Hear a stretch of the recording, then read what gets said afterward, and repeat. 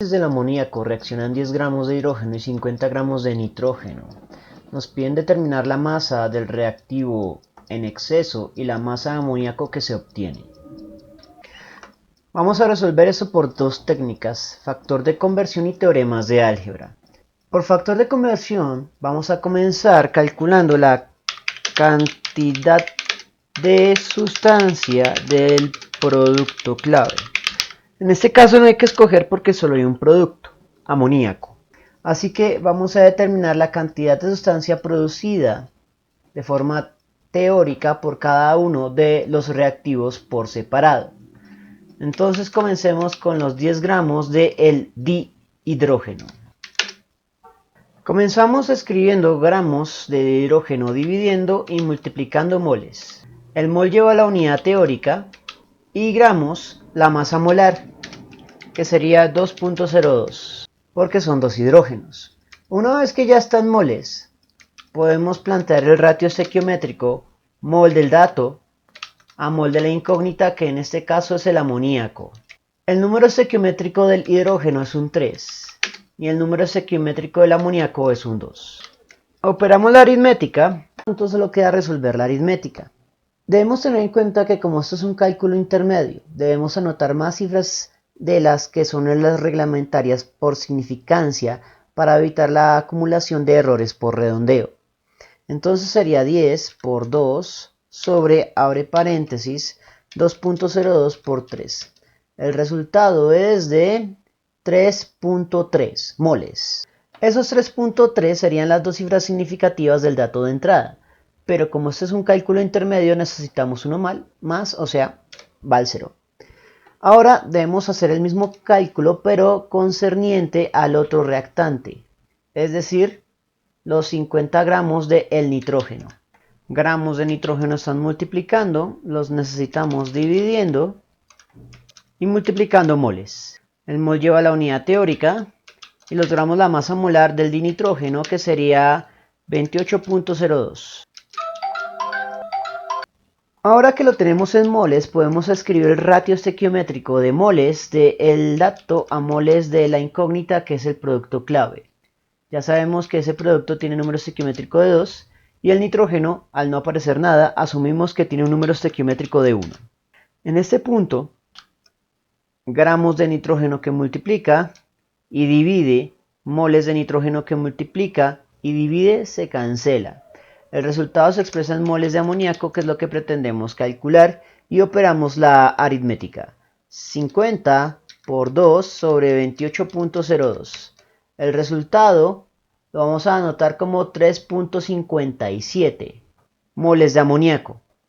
Entonces podemos ver que con el hidrógeno se produce menos cantidad de amoníaco que con el nitrógeno. Por lo tanto, él es el reactivo limitante y con esto vamos a calcular la masa del producto clave generado. Así que continuamos la conversión con el reactivo limitante, que iría de moles de amoníaco a gramos de amoníaco. Sabemos que el mol lleva la unidad teórica y que la masa molar del amoníaco debería ser 17.04. En ese punto, mol que multiplique y divide se cancela. Gramo es la única unidad de entrada y por lo tanto la única unidad de salida. Y operamos la aritmética correspondiente, que sería 3.3 por 17.04. El resultado ahora sí a dos cifras significativas, ya que esta es una respuesta final, sería de 56. Por lo tanto, se producen 56 gramos de amoníaco, que es una de las cosas que nos están preguntando. Ahora necesitamos determinar la masa del reactivo en exceso. Para la masa del reactivo en exceso vamos a iniciar escribiendo la diferencia entre los moles del producto clave en exceso menos los moles del producto clave producidos por el reactivo limitante. Y eso los expresamos como moles de producto clave. Y a partir de este punto continuamos con una estequiometría trivial de moles del dato a moles de la incógnita donde la incógnita sería el reactivo en exceso, es decir, el dinitrógeno. El ratio estequiométrico es 1 para el dinitrógeno, 2 para el amoníaco. Y en este punto convertimos de moles de hidrógeno, no mentiras, es dinitrógeno. Ahora sí, convertimos de moles de dinitrógeno a gramos de dinitrógeno, asignando el 1 al mol y la masa molar 28.02 al dinitrógeno. En el análisis dimensional tendríamos lo siguiente: moles de amoníaco, moles de dinitrógeno se cancelan y el resultado será los gramos del nitrógeno, que corresponde a la masa del reactivo en exceso, que no reaccionó. Solo quedaría operar esa aritmética. 3.57 menos 3.3 por 28.02 sobre 2. El resultado, ahora sí a dos cifras significativas, sería de 3.8. Por lo tanto, quedan 3.8 gramos del reactivo en exceso sin reaccionar. Con esto obtenemos las respuestas de este ejercicio aplicando la técnica de factor de conversión, pero eso sí, optimizada. Existen otras variantes para resolver esto por factor de conversión. Ahora, vamos a determinar esto mismo, pero por teoremas de álgebra. Entonces, por teoremas, lo primero es determinar la cantidad de reacción esperada de forma teórica por cada sustancia, siendo eso igual al cociente entre la cantidad de sustancia y el número estequiométrico de la sustancia. Dado que lo que nos están dando es la masa, sustituimos cantidad de sustancia por el cociente masa sobre la masa molar. Por lo tanto, esa fórmula se debe repetir 2 veces. Sin embargo, hay varias formas de hacer esa repetición. Una alternativa es que hagamos el análisis dimensional por separado de los valores numéricos. Todas las masas están dadas en gramos, entonces quedaría gramo. El número estequiométrico no tiene unidades sobre gramo sobre mol.